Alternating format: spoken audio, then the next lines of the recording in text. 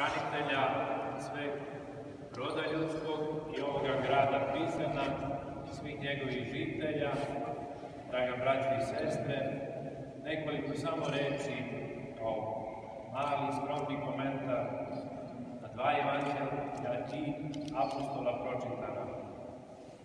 To su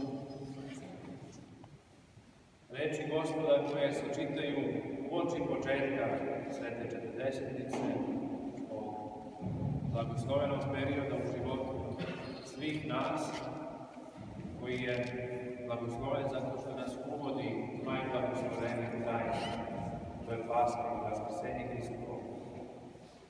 Dakle, čitaju se uoči tog početka, a tu su i reči posvećene praznovanju Svetog Simeona, Mirotoljivog. U svim ovim rečima provejavaju dve, da kažemo, istine koje su vezane za život čoveka, to je lišenost i obogaćenje, sticanje. A to je vrlo zanimljivo. Gospod kaže da ih može da treba da se odrekne sebe. Govori ako ljudima ne oprostite za kršenje njihova, ako neće ni vama, može ne možete oprostiti. Tako dalje. To je posebno važno razumeti u svetu posta koji nas očekuje. Svi razumemo post kao jednu lišenost i kao odsustvo, posebno kada je to onaj strožiji od posta. Na jedan poseban i neobičan način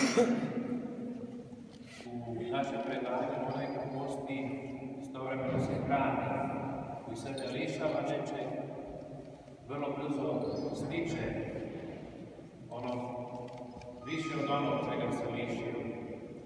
A to je, draga braća i sestre, zbog toga što je potrebno za nas kao ljude koji smo stvoreni, a često nismo svesni toga da smo stvoreni, da imamo početak i da imamo svoj kraj, da nemamo u sebi snage za život, čak ni ovaj zemaljski, kamoli budući večni, neprolazni.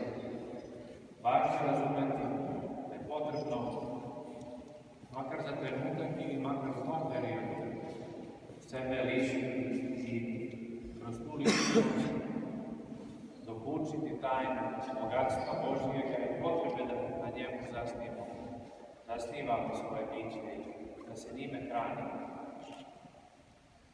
Nije slučajno da se ovaj grad nalazi pod okom i stalno posmatra od Gospoda Prizren, koji je nekada davno bio veliki čudesan, kada je vremeno jedan pesnik grčki gledao grad, jedan maloazijski, i rekao je: "Glepio Teosti najvali, estamantai Janušu."